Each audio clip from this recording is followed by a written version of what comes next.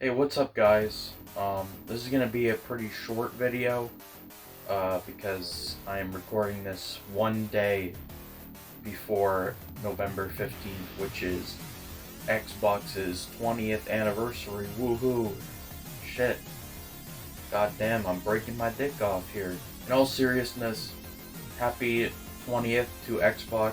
The original Xbox is one of my favorite systems of all time. It has a ton of exclusives, ton of great games, just the third-party games were best on there. I've already discussed this, so I might not want to waste any more time because I have to edit this in one afternoon. Today, I can't review a game, but I'm gonna talk about the controller because it's one of the most underrated controllers of all time. And it's not the S controller, it's the big motherfucker. It's like you drop this shit on your foot and it's like a goddamn pancake. Make stub in your toe look like nothing. Goddamn have to amputate that shit. It's the Xbone Duke controller, and it's pretty sexy. Alright, well, with that said, let me go whip out my Duke. Oh. God damn it. Okay, I didn't actually mean to say a dick joke until the end. There's too many dick jokes in here already. Anyway, in case you didn't believe me already, just fucking look at this. Compared to my big ass hands, this is fucking huge. Look at how big this is. It's like big, chunky. Look at how thick this part is. Almost wrap your whole hand just around this one part. But look what else it's missing.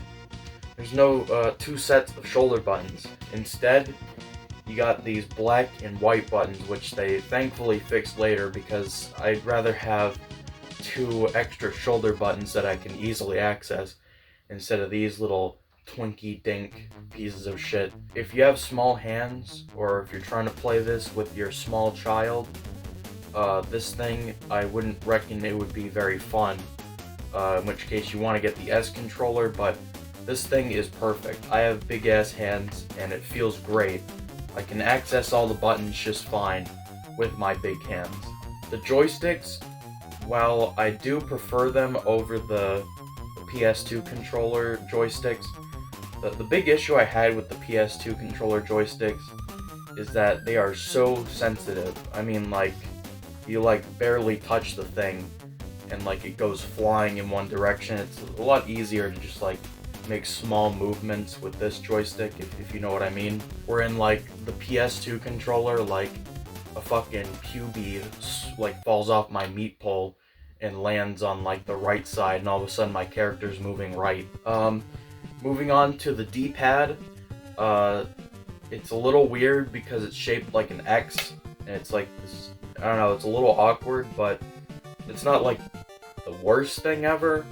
It doesn't really feel, like some D-pads, feel clicky, or they kind of just like melt in your hand, and you can easily just make movements by sliding the thumb. This D-pad is just okay. I think it's better than the 360 one. Unfortunately, there is not much else to say here.